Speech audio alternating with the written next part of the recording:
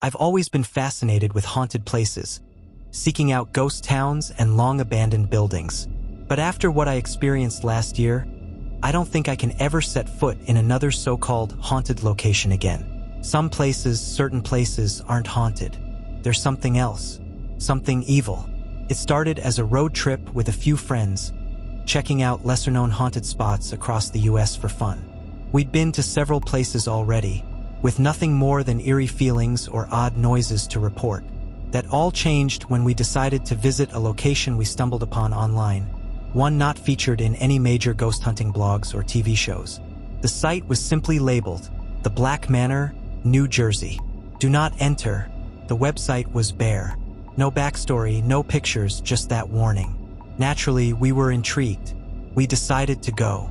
The drive there was long, down winding roads and past forgotten farmlands. Our GPS kept glitching as we neared the supposed location, but eventually, we found it.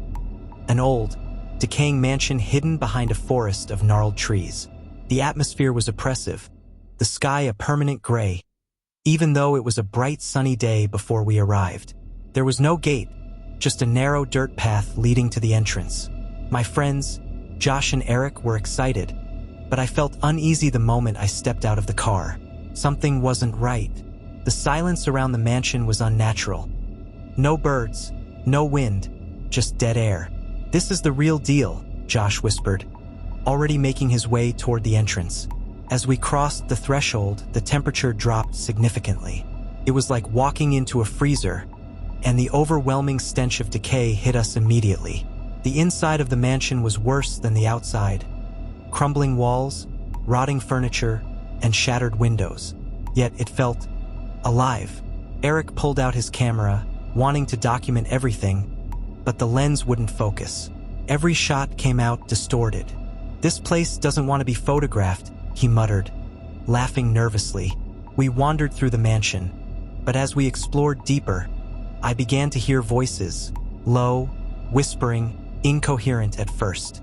I thought it was my imagination until I saw Josh stop dead in his tracks, looking back at me with wide eyes. "Do you hear that?"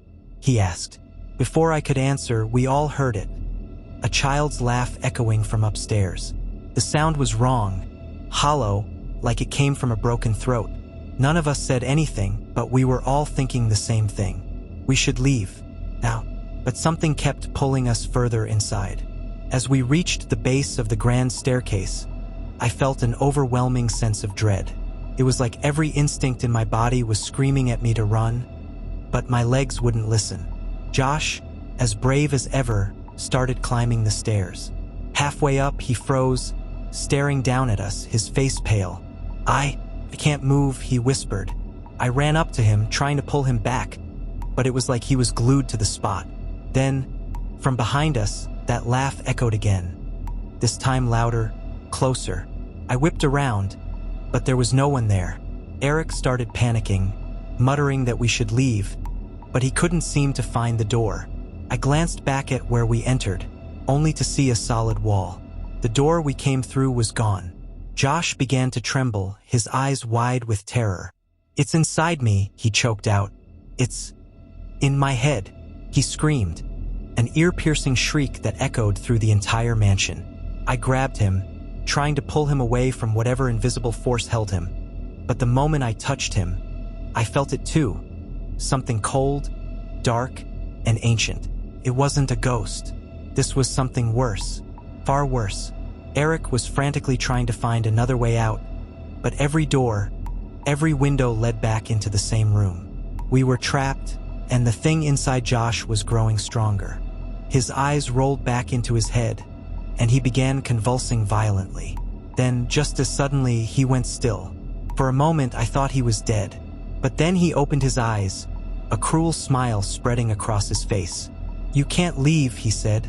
But it wasn't his voice. It was the voice of that child we heard before, twisted and unnatural. I stumbled back, heart racing. Eric was screaming now, banging on the walls, but no sound came out. It was as if the mansion itself had swallowed our cries. Suddenly, Josh lunged at me, but he wasn't Josh anymore. His face contorted, his body moving in jerky, unnatural motions. I barely managed to dodge him and grabbed Eric, pulling him toward the stairs.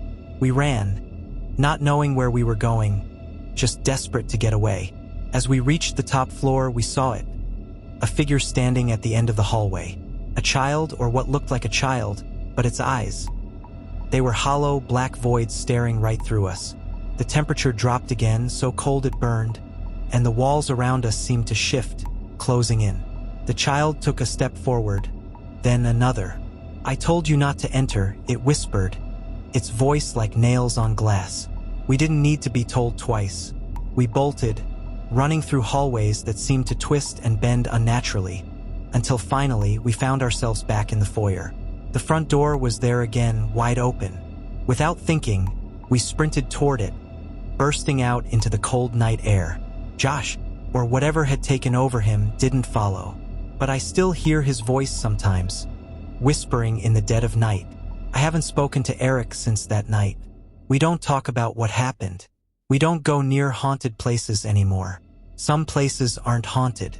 They're cursed, evil, waiting for someone foolish enough to cross their threshold. And once you do, you're never really free. Somehow, a part of me never left the Black Manor, and I'm scared that one day, it'll come for the rest of me.